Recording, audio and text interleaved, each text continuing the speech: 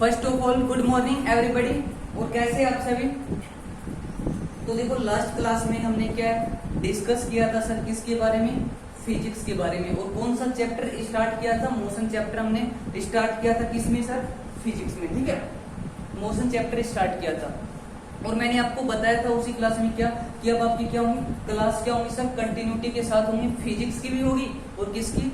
Chemistry की भी। ठीक है, तो अब देखो फिजिक्स की कल हमारी क्लास हो चुकी थी, तो आज किसकी होगी? केमिस्ट्री की। और केमिस्ट्री में हमने क्या गैसेस चैप्टर तो हमारा टोटली कंप्लीट कर लिया था। ये मान के चलो करीब 11 वीडियोस में। ठीक है, कि हमने गैसेस चैप्टर को कंप्लीट किया था।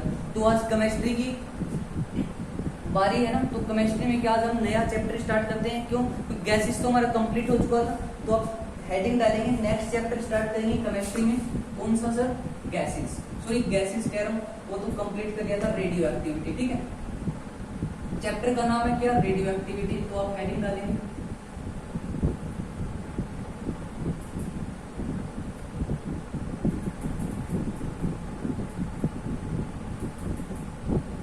Radio activity. क्लियर? चैप्टर क्या आज हमारा कंटिन्यू करेंगे केमिस्ट्री में सर। क्या करेंगे? सॉरी स्टार्ट करेंगे कौन सा? Radio activity. ठीक है, अब देखो सिंपल सा है, कुछ नहीं। ये क्या आपका ये क्या होता है सर? एटम का स्ट्रक्चर। ठीक है, तो क्या है एटम का स्ट्रक्चर? ये क्या होंगे? आपके ऑर्बिट्स होंगे। ठीक है, इनमें क्या होगा? इलेक्ट्रॉन्स फिल किया जाता है। और ये क्या होगा? आपका न्यूक्लियस। और न्यूक्लियस में क्या होते हैं? प्रोटॉन और न्यूट्रॉन। क्लियर? तो रेडियो एक्टिविटी किसको बोलेंगे? ध्यान से सुनेंगे। क्या न्यूक्लियस से क्या होना सर? न्यूक्लियस से अल्फा बीटा गामा। क्या है? न्यूक्लियस से अल्फा बीटा गामा रेज का क्या होना सर? इमिशन होना। क्या बोला मैंने? दोबारा से सुनेंगे। न्यूक्लियस से अल्फा बीटा गामा रेज का क्या होना? इमिशन होना। उसी को क्या बोला जाता है? उसी को बोला जाता है क्या? Radio activity. ठीक है, तो एक बार मैं क्या आपको स्टेटमेंट दे देता हूँ, उससे थोड़ा और क्लियरिटी आएगी। देखो क्या इसको हम रेडियो एक्टिविटी बोलते हैं। ठीक है, द डेफिनेशन लिखेंगे छोटी सी। The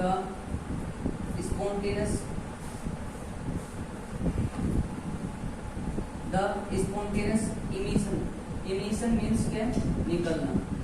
the spontaneous emission of alpha beta gamma rays। क्योंकि अल्फा बीटा गामा रेज का इमिशन होना किससे सर? From nucleus. न्यूक्लियस से क्या होना? अल्फा बीटा गामा रेज का इमिशन होना। उसी को क्या बोला जाता है? Are known as radioactivity. क्या होगा? Radioactivity. एक्टिविटी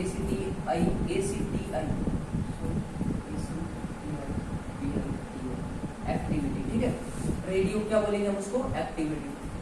तो क्लियर है? रेडियो एक्टिविटी क्या होगा? न्यूक्लियस से क्या होना sir? Alpha beta gamma rays का क्या होना? इमिशन होना। उसी को क्या बोला जाता है? आपका रेडियो एक्टिविटी।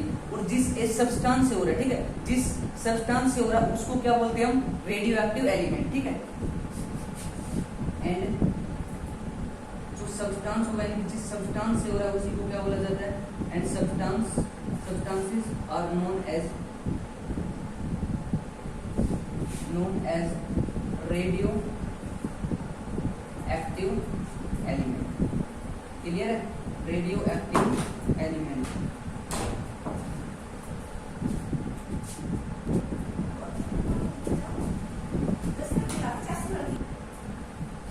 तो क्या बताया मैंने अभी?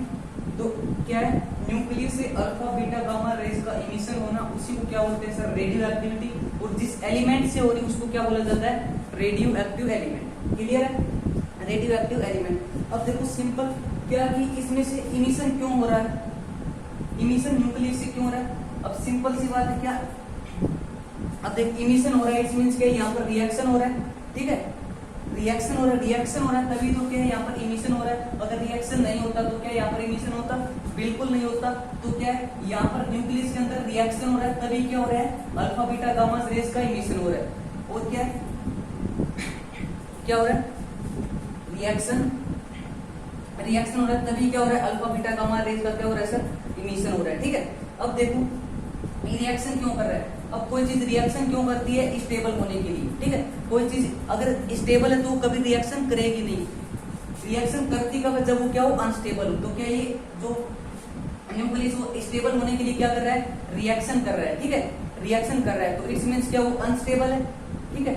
क्या है? तो न्यूक्लियस क्या है? अनस्टेबल है। तो रिएक्शन तभी कर रहा है स्टेबल होने के लिए। तो न्यूक्लियस क्या यहाँ पर अनस्टेबल है। तो रेडियो एक्टिविटी वो क्यों रही है? तो आप लिख सकते हो क्या? ड्यू टू अनस्टेबल न्यूक्लियस, यानी कि न्यूक्लियस के अनस्टेबल होने के कारण क्या हो रहा है सर? लगातार अल्फा बीटा गामा रेज का क्योंकि एमिशन हो रहा है। क्यों? क्योंकि अनस्टेबल न्यूक्लियस तो रिएक्शन कर रहा है स्टेबल होने के लिए। रिएक्शन के दौरान क्या हो रहा है? अल्फा बीटा गामा रेज का क्या हो रहा है?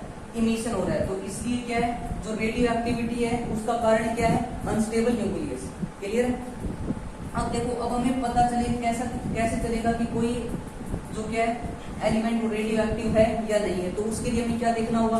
अगर उस एलिमेंट का न्यूक्लियस अनस्टेबल मिला, क्या मिला? अनस्टेबल मिला। इट्स मींस क्या उसमें रिएक्शंस हो रही है। रिएक्शंस हो रही है तो क्या है? अल्फा बीटा गामा रेज का क्या हो रहा है? इमिशन हो रहा है। तो सिर्फ हमें ये देखना है कि क्या है जिसका एलिमेंट का न्यूक्लियस क्या मिला? अनस्टेबल मिला, वो क्या होगा? एक रेडियो एक्टिव एलिमेंट होगा, ठीक है। तो उसके लिए आपको क्या है? जनरली एक फॉर्मूला याद रखना है। वो क्या है?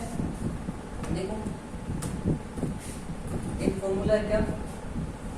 अगर क्या है, अब देखो न्यूक्लियस में क्या होता है? न्यूट्रॉन प्रोटॉन होता है। अगर न्यूट्रॉन प्रोटॉन का रेशो 1 और 1.5 के बीच में है। अब आपको पता है क्या?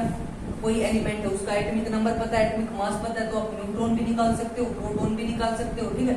उन दोनों का क्या रेशो, अगर 1 से 1.5 के बीच में उनकी वैल्यूज आ रही है तो वो क्या होगा सर? वो होगा आपका स्टेबल, ठीक है। वो क्या होगा? आपका स्टेबल न्यूक्लियस होगा।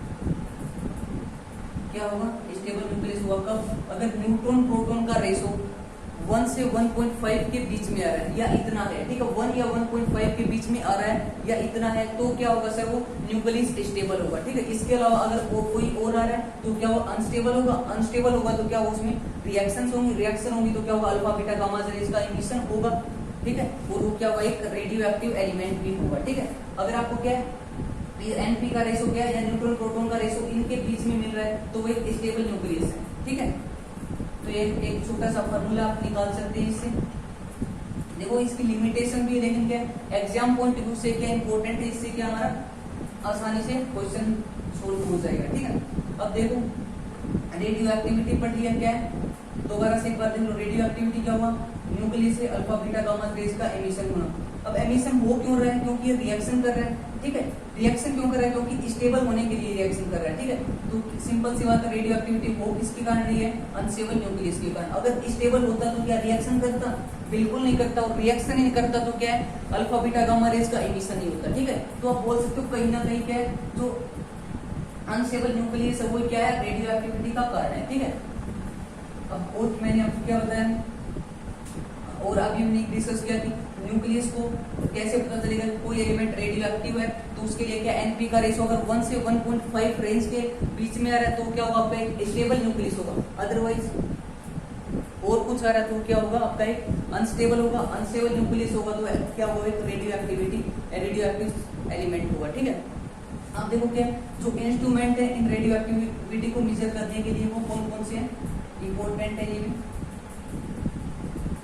Instrument measure to radioactivity. Radioactivity को मेजर करने के लिए इट्स मींस क्या है? अल्फा बीटा गामा रेज को मेजर करने के लिए कौन कौन से इंस्ट्रूमेंट है? देखो फर्स्ट आता है आपका इंस्ट्रूमेंट गीगर मूलर काउंटर, ठीक है। फर्स्ट एलिमेंट है आपका कैसे? गीगर मूलर काउंटर या शॉर्ट फॉर्म में हम इसको जीएम काउंटर भी बोल देते हैं, ठीक है। GM counter. देखो जो गीगर मूलर इंस्ट्रूमेंट है उसका जनरली यूज करते हैं किसको? इसका यूज करते हैं अल्फा बीटा रेज को मेजर करने के लिए, ठीक है। हालांकि हमें रेडियो एक्टिव मेजर करने मींस इन तीनों रेज को मेजर करना है तो गीगर मूलर काउंटर से क्या सर? अल्फा बीटा रेज को मेजर कर दिया जाता है। फिर एक और होता है आपका क्या? सेंटिलेशन बोला जाता है जिसको सेंटिलेशन काउंटर, इसमें क्या किया जाता है, इसका यूज किया जाता है कहाँ पर, सिर्फ क्या आपकी गामा रेज को मेजर करने के लिए, ठीक है। तो हमें क्या है, इन रेज को मेजर करना था, ये मेजर की तभी क्या होगी, रेडियो एक्टिविटी मेजर होगी, ठीक है। तो क्या गीगर मूलर काउंटर और क्या सिंटिलेशन मेथड का यूज किया जाता है किसमें, रेडियो एक्टिविटी को मेजर करने के लिए। हालांकि एग्जाम में अभी तक क्या है, गीगर मूलर काउंटर ही है, ठीक है। तो सिंटिलेशन भी करता है, सिंटिलेशन किसको करता है, गामा रेज को करता है, और अल्फा बीटा को कौन करता है, गीगर मूलर काउंटर, ठीक है। एक होता है सिंटिलेशन काउंटर। अब देखो इंस्ट्रूमेंट, अब देखते हैं कि यूनिट क्या होती है रेडियो एक्टिविटी की, ठीक है। यूनिट क्या होती है किसकी, रेडियो एक्टिविटी की। तो अब देखो यूनिट्स देखेंगे आप, यूनिट क्या है रेडियो एक्टिविटी की, तो आप लिखेंगे unit of radio activity. Radio activity की यूनिट देखो, रेडियो एक्टिविटी की यूनिट कौन कौन सी है, क्यूरी, बैकवेल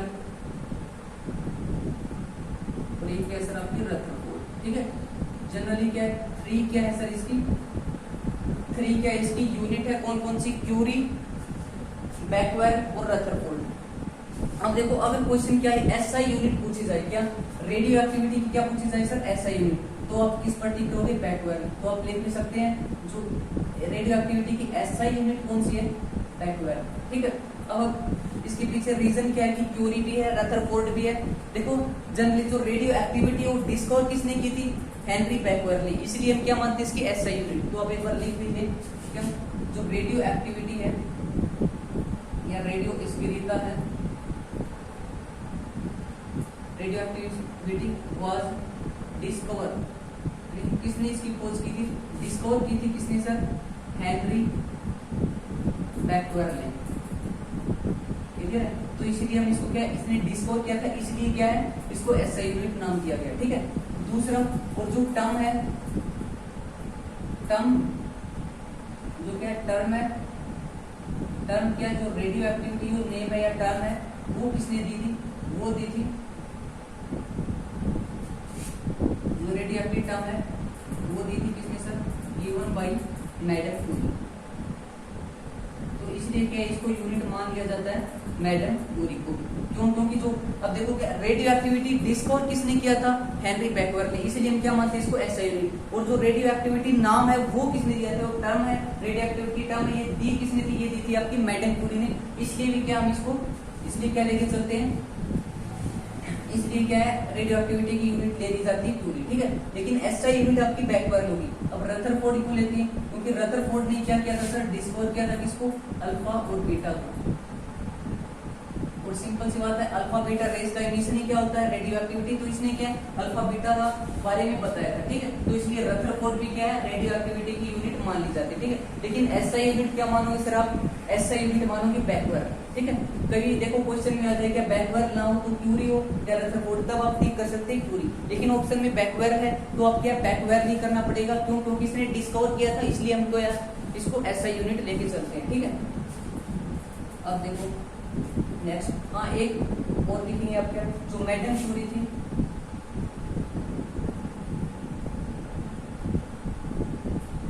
मैडम क्यूरी ने जनरली क्या दो रेडियो एक्टिव एलिमेंट को डिस्कवर भी किया था, कौन कौन से, तो आप लिख सकते हैं फर्स्ट टाइप रेडियम, एक था पोलेनियम, ठीक है। ये क्या है, टू रेडियो एक्टिव एलिमेंट की क्या है, इसमें थोड़ा स्पेलिंग में देखना पोलेनियम की क्या होगी, ठीक है। हालांकि क्या इन दो को क्या है रेडियो एक्टिव एलिमेंट को डिस्कवर किया था किसने सर, मैडम क्यूरी ने। कौन कौन सा, एक है रेडियम, दूसरा क्या आपका पोलेनियम, ठीक है। अब देखो छोटी छोटी दो यूनिट है, ये मैंने यूनिट्स बता दी आपकी, लेकिन ऐसा यूनिट बैकवेल ही रहेगी। क्यूरी क्यों है, रथरफोर्ड की है, इसके बारे में मैंने आपको बताया। अब देखो छोटा सा आपको क्या है दो यूनिट्स के बारे में समझना है। एक होती है सर क्या रैंस, एक क्या होती है आपकी रैंस। इंपॉर्टेंट क्वेश्चन है रैंस का, तो क्वेश्चन भी आया एग्जाम में, रैंस क्या होता है। रैंस देखो, रैंस और रैंस क्या होता है, जनरली जो अल्फा बीटा गामा रेज है, अगर आप इस जो अल्फा बीटा गामा रेज अगर आप क्या है इसको किसी बॉडी से पास कराते हैं, ठीक है, क्या है किसी बॉडी से पास कराते हैं, तो जब आप इसको क्या पास कराते हैं बॉडी से, पास कराते हैं, तो उस टाइम जब बॉडी जो एब्जॉर्ब करती है, ठीक है, जो एब्जॉर्ब कुछ तो एब्जॉर्ब करेगी। जब आप किसी बॉडी से अल्फा बीटा गामा रेज को पास करा रहे हैं, तो जो बॉडी कुछ अमाउंट में जो एब्जॉर्ब करेगी उसको मेजर किया जाता है सर किसमें, रेड्स में, ठीक है। और एब्जॉर्ब करने से, उस बॉडी के एब्जॉर्ब करने से जो उसमें इफेक्ट होंगे, इफेक्ट दिखाई देंगे, प्रभाव होंगे, उसको मेजर किया जाता है किसमें सर, रेड्स में। तो सिंपल सी बात है, देखो ए है रेड्स में, तो क्या एब्जॉर्ब करेगी, जो बॉडी एब्जॉर्ब करेगी उसको आप क्या इसमें मेजर करोगे, रेड्स में, और ई से क्या है इफेक्ट, और जो एब्जॉर्ब करने के बाद इफेक्ट्स होंगे उसको किसमें मेजर किया जाता है, रेड्स में, ठीक है। तो मैंने आपको बताया कि रेड्स क्या होता है, रेड्स क्या होता है, रेड्स क्या होगा, जब अल्फा बीटा गामा रेज किसी बॉडी पर डाली जाती हैं तो क्या करेगी, जो बॉडी एब्जॉर्ब करती है जिन रेज को कुछ अमाउंट में क्या एब्जॉर्ब करती है उसको बोलते हैं क्या, रेड्स। और एब्जॉर्ब करने से जो इफेक्ट पड़ेगी उसको किसमें मेजर करते हैं हम, रेड्स में, ठीक है। तो यूनिट है मेजर करने की। तो क्वेश्चन आया था कि एक बार क्वेश्चन भी आया आपका रेड्स पे, क्वेश्चन आया कि जो अल्फा बीटा गामा रेज को एब्जॉर्ब करने के बाद जो इफेक्ट दिखाई देते हैं, इफेक्ट पड़ते हैं, उनको किस में मेजर किया जाता है, तो वहां पर आपका आंसर होगा किस में किया जाता है सर, रेड्स में, ठीक है। इसमें ये मेजर करते हैं हम रेड्स में। तो रेड्स और रेड्स में छोटा सा डिफरेंस था। अब देखो रेडियो एक्टिव एलिमेंट कौन कौन से हमारी पीरियोडिक टेबल में इंपॉर्टेंट लिखा देता हूँ। तो आप लिखेंगे रेडियम, पोलेनियम, थोरियम, यूरेनियम, ठीक है, क्या होगा आपका ट्रिटियम,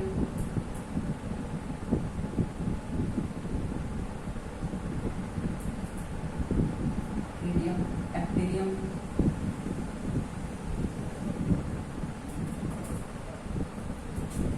एक सेकंड के लिए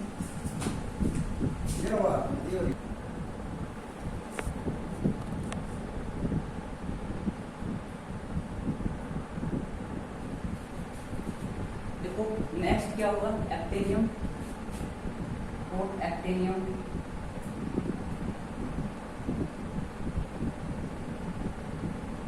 और क्या होगा आपका टेक्नीडियम,